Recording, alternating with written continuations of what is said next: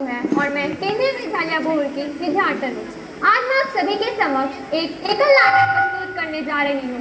आशा करती हूँ आपको मेरा नाटक पसंद आएगा। आपको पता है मैं कौन हूँ? एक डॉक्टर, देश की सबसे छोटी उम्र में बनने वाली डॉक्टर। अब आप सोच रहे होंगे डॉक्टर ही क्यों, कुछ और क्यों नहीं? इसके पीछे एक कहानी है। डॉक्टर हरजिंदर कौर, ये वो है जिनके कारण आज मैं जिंदा हूँ। बचपन में ही सोच लिया था बनना है तो सिर्फ डॉक्टर, और वो भी हरजिंदर कौर जैसा। आइए सुनाती हूँ आपको अपनी कहानी जो मेरी माँ ने एक डायरी में लिखी थी।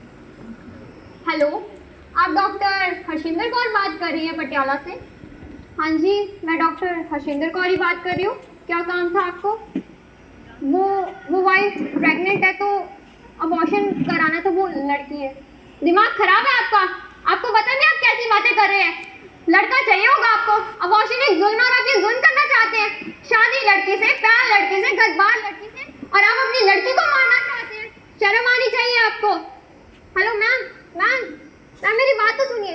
लगता है कॉल काट दिया। माँ, मुझे तुम्हारी आवाज़ बहुत पसंद है। जब भी मैं तुम्हारी आवाज़ सुनती हूँ तो अपने हाथ और पैर फैलाने की कोशिश करती हूँ। माँ, क्या तुम मेरे दिल की धड़कन सुन सकती हो? मुझे तुम्हारे दिल की धड़कन की आवाज़ बहुत अच्छी लगती है। माँ, मुझे तुम्हारी कोख में बहुत अच्छा लगता है। माँ, तुम्हें पता है आज मेरे हाथ बन चुके हैं और मैं तुम्हें छू सकती हूँ। माँ, तुम्हें पता है मैं एक लड़की हूँ। माँ, ये अबॉर्शन क्या होता है माँ? और पापा बार बार अबॉर्शन की बात क्यों कर रहे हैं? माँ, ये हम हॉस्पिटल क्यों आए हैं? मुझे यहाँ बिल्कुल अच्छा नहीं लग रहा। माँ, घर चलो ना।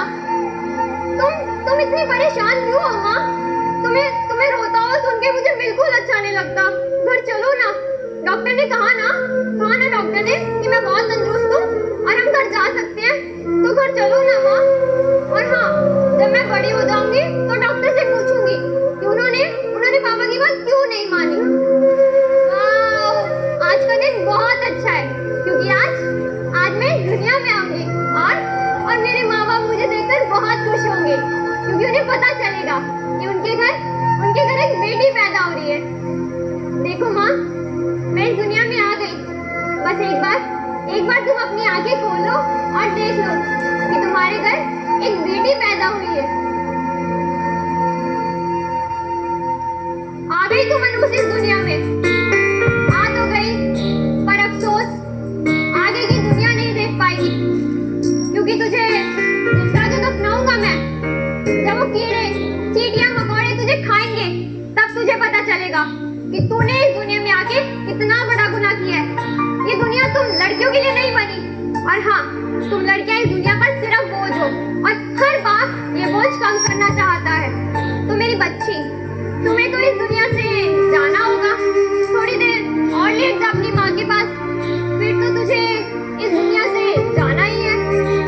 अरे डॉक्टर, आप यहाँ कहाँ लेके जाने की बात कर रहे थे आप इस बच्चे को?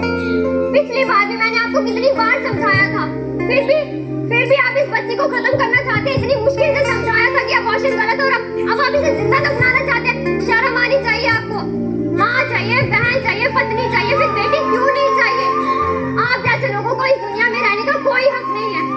और हाँ, जो ये दुनिया बेटियों को बोझ मानते हैं ना, उनसे एक बात कहना चाहती हूँ। दुनिया वालों से भी मैं फरमान करती हूँ, खुदा से ऊपर इनकी पहुंच नहीं है। और जो ये बेटियां जन्नत है जीवन का, बेटी किसी पर बोझ नहीं है। और हाँ, ये दुनिया तो गलत है, आप भी गलत का साथ देकर पाप के भागीदार क्यों बन रहे हैं? बेटी तो मुस्कुरान होती है, माँ बाप की जान होती है, पर आप तो अपने घर की मुस्कुरान, अपने घर की रौनक को ही मारना चाहते हैं। बेटा चाहिए ना आपको? इसी बेटी को बेटा बनकर पालिए। देखना, आगे जाकर यही बेटी बेटे से अच्छा बनकर दिखाएगी आपको। मुझे माफ कर दीजिए मैम, अंधा हो गया था मैं, इस दुनिया के कारण अंधा हो गया था। नहीं पता था मुझे कि मैं क्या कर रहा हूँ। सही कहा आपने, बेटियां बोझ नहीं होती, बेटियां जन्नत होती है, रौनक होती है, और मैं अपनी बच्ची को खत्म करना चाह रहा था। मुझे माफ कर दीजिए मैम। ये दुनिया डरती है बेटियों को पालने से, उन्हें पढ़ाने से। पर अब बस मैं इस दुनिया को बताऊंगा कि बेटियां किसी से कम नहीं होती। अपनी बच्ची को पढ़ाऊंगा और आप जैसा बनाऊंगा, तब इस दुनिया को पता चलेगा कि बेटियां भी बेटों से कम नहीं होती। मेरी बच्ची, मुझे माफ कर देना। जिन हाथों से तुम्हें खाना खिलाना, तुम्हें पढ़ाना है, तुम्हारे आंसू पोंछने हैं, उन्हीं हाथों से मैं तुम्हें मारने जा रहा था। इस दुनिया के चलते इतना अंधा हो गया था कि मुझे नहीं पता था कि मैं क्या गुनाह करने जा रहा हूँ। पर मैम ने मुझे समझाया कि बेटियां भी घर की रौनक होती है, सबकी जान होती है, और मैं अपनी रौनक को मारने जा रहा था। मुझे माफ कर देना मेरी बच्ची, मुझे माफ कर देना। ये थी मेरी कहानी जो मेरी माँ ने एक डायरी में लिखी थी। उम्मीद करती हूँ आप लोगों को समझ आया होगा कि लड़कियां भी लड़कों से कम नहीं होती।